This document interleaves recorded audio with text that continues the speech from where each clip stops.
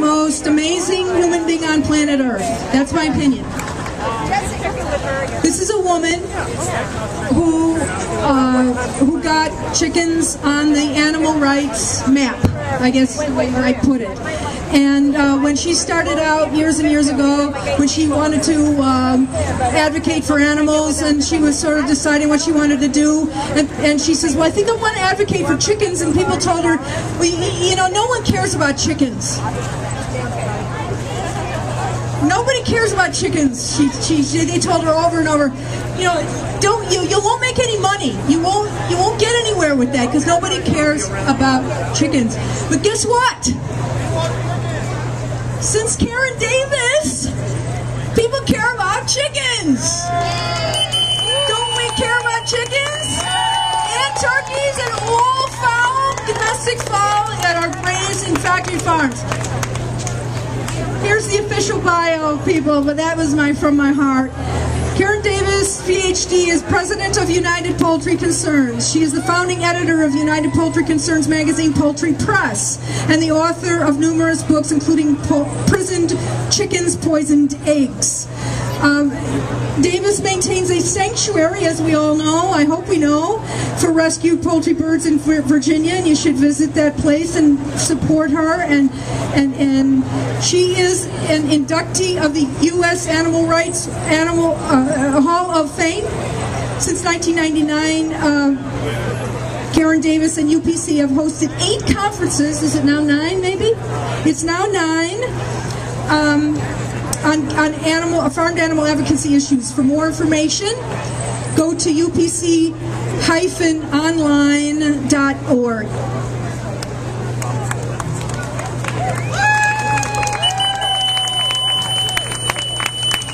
Hello, everybody. Thank you so much for being here on this, what's turning out to be a really nice day. I'm pleased to be here at the 4th annual Veggie Pride Parade. And I'm also pleased to be here for the 4th year. Every year I've had the privilege of addressing this wonderful crowd, of speaking and marching, and being here to stick up for chickens and turkeys. So I'm going to give you a little bit of background about United Poultry Concerns. As Pamela was saying, there was a time back in the late mid-1980s when I was thinking about starting an organization that focused upon the plight of farmed animals, pigs and cows and goats and chickens and turkeys and ducks and so on. And I was doing a lot of reading back then, and I was learning that of all the animals exploited and mistreated by human beings, 95% or more of those animals are farmed animals. And of that number of farmed animals, 95%, nearly 99% are birds. And of that number of birds, primarily chickens, turkeys, and ducks, but also quails, ostriches, and emus, pheasants, and pigeons, the largest number far and away are chickens. Right now, chickens represent over 9 billion of the 10 billion animals we are slaughtering for food in the United States. And by that, I should clarify that I'm talking about land animals. The numbers of fish exceed all animals in terms of numbers, and really, I have to say, equal in cruelty and horror what we are doing to the animals we raise and slaughter on land. In fact, just for your information, I really believe that what we are now doing with fish, raising them in factory farms underwater, makes them the new chickens of the sea, which is about the worst thing that could happen to some poor creature swimming around in the water, in the lakes and rivers and the ocean. Chickens and the chicken industry. Chickens were the first land animal to be factory farmed. And the chicken industry became the model for all subsequent factory farming of animals for meat, milk, and eggs. throughout the entire world, countries have modeled their industrial animal production upon the U.S. chicken industry, which came into being in the 1920s.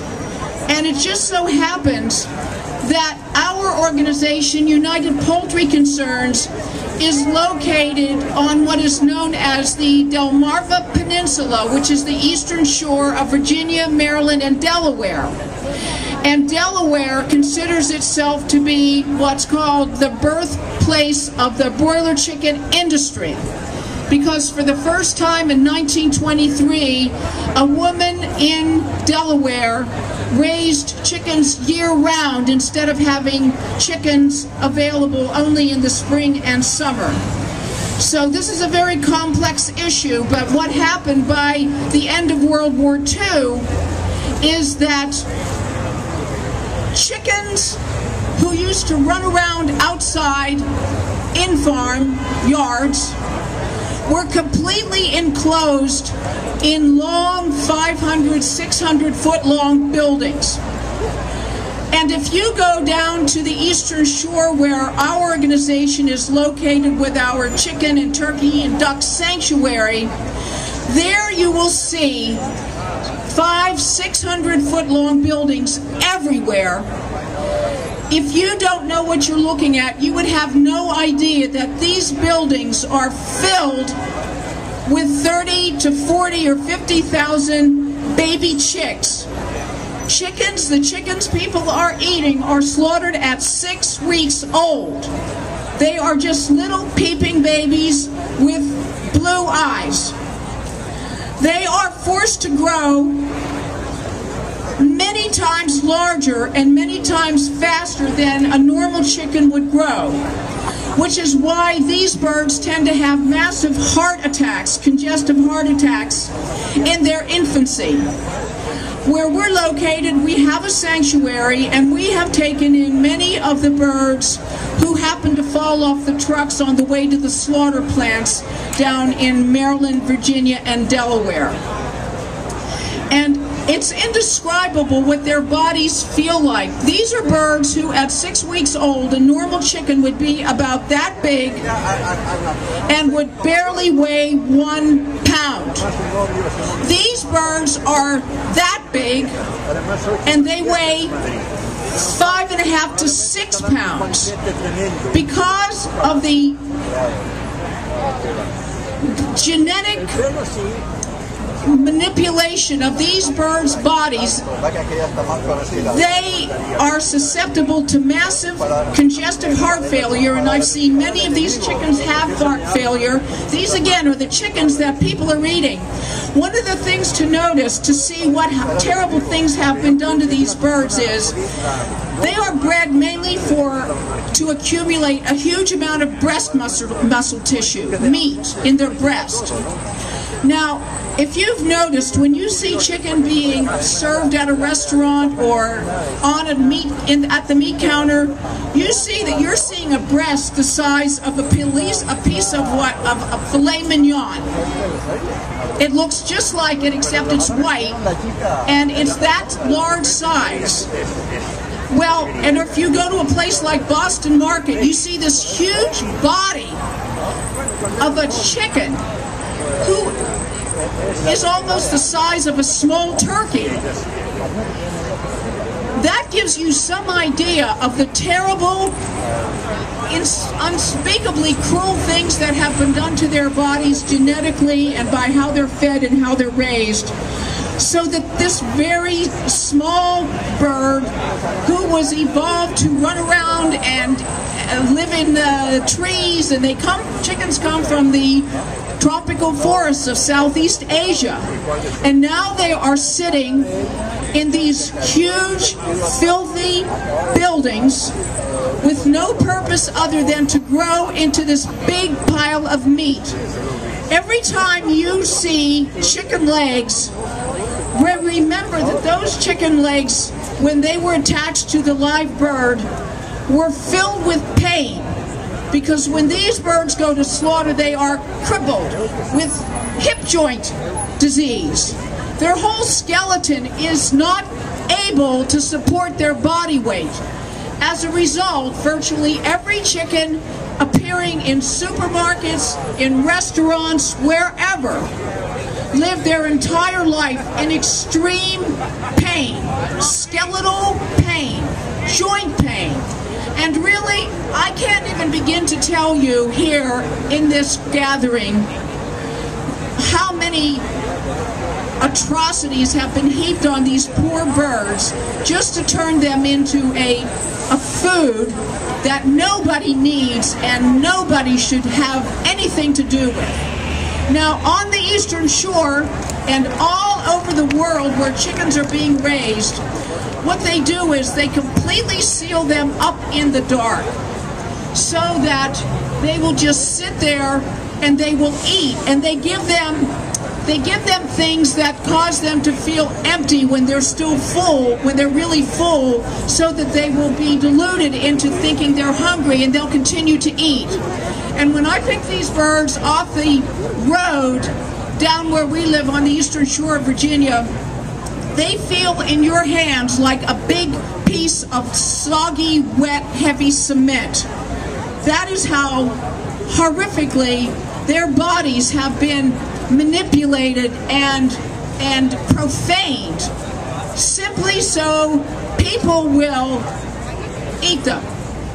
I cannot tell you what a terrible thing it is to put so much misery into one's body and make oneself out of so much misery, and with no necessity whatsoever. Of course, you know that the eggs we find in the supermarket, 98% or more of all those eggs, those hens, are living in wire cages. They live in cages from the ground up that high. They are in a degree and an amount of filth, rats, every type of disease organism. In fact, all of these animals we are raising for food that you find in supermarkets and restaurants, well, if we suddenly enclosed ourselves right here in this space and locked it all up, can we imagine the amount of filth that we would generate after just one day? Can we imagine the odors, the smells? Can we imagine the sickness we would encounter in ourselves and transmit to others? And yet all of the animals people are eating are living in exactly those conditions. And when these birds go to slaughter, they're hung upside down on conveyor belts, and then they are given severe, agonizing electric shocks. Not to electrocute them, that is, not to kill them, but just to immobilize the fully conscious bird so that their pores will open and their feathers will come out more easily after they are dead. Now, everybody knows what it feels like to get just a little electric shock on your finger. All the birds people are eating had electric shocks. They hang them up and they drag them through electrified, salted, cold water. All of the birds people are eating and thinking taste so great and all of that were riddled with electric shocks through their eardrums, through their eyeballs, through their hearts, and through all of that flesh that appears encased in crumbs or sauce or whatever.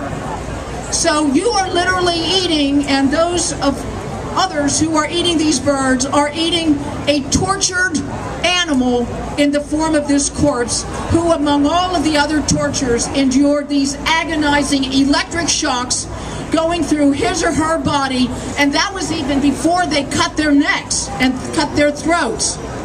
So I could go on and tell you one terrible thing after another about the absolute madness and mania and evil that has descended upon animals just so people can have their dead bodies, take their eggs, steal the milk that belongs to their young for nutrients that we don't need. And we now know, moreover, that we can create the most delicious, nutritious, vegan food. We have everything at our disposal. It amazes me sometimes when I come to New York City and I will still encounter somebody occasionally who says, well, what are we going to eat? I mean, that is a false problem. What do you eat? Supermarkets, restaurants, there are wonderful restaurants in this city. You are so fortunate. But even down where I live on the eastern shore of Virginia, I can get a vegan meal, I can get pasta dishes, I can get stir fries, and even in our own supermarkets, they're starting to carry more vegan foods. So even where I live, in an area that is dominated by Frank Perdue and Tyson and the whole chicken industry, there are more and more vegan foods available at the supermarket. Now I want to conclude on a positive note, and that's a positive note, but so I'll conclude on another positive note added to it, which is that we moved in 1998. We moved our whole operation to our whole sanctuary, our whole business, United Poultry Concerns, down to the eastern shore for one reason, and that was for the sake of our chicken, turkey, and duck sanctuary. Because we had to have a place that we could afford, which meant we had to go to a rural area. We had to have a place that would be zoned so we could have our 20 crowing roosters at any given time, all rescued. And we've been down there ever since, and we have this lovely place for rescued birds. And it is the most wonderful thing to have the privilege and the joy of sharing life with these birds. To see them having come from cages, to see them coming from a filthy Perdue house where the dirt gets, actually, is these places where these Perdue-type, Tyson-type chickens are raised. These birds are living in their own excrement. They don't even clean out these houses except every 4 or 5 years. They call cleaning out these chicken houses and these turkey houses every 4 or 5 years a total crust out. So these birds are literally living in their own excrement. And one of the things you see when you if they fall off the truck and they're still alive and you pick them up and bring them to our sanctuary is, even though they're just babies, they're only 6 weeks old, their feet are black. And I mean black. And you can't get that crust off because it's embedded in the skin of their feet. That's how bad it is. That's how filthy it is. There has never in the history of the earth been such a concentration of filth as we have created since the 20th century, merely in order to feed ourselves. So it's really, it surpasses insanity, and it really surpasses what we have a language to articulate. But we have to articulate to our friends and neighbors and family what we come to learn. Stop at our table, pick up our literature. And if you ever get a chance, come to our annual Thanksgiving party on the Eastern Shore at our sanctuary, which we have every Saturday immediately after the Thanksgiving Day.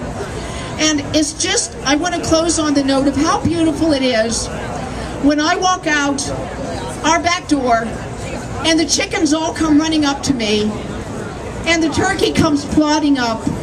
And they don't just come up to see, well, what am I going to feed them? Because I don't always have something to feed them. But they come up because they're friendly and because they like to be with me.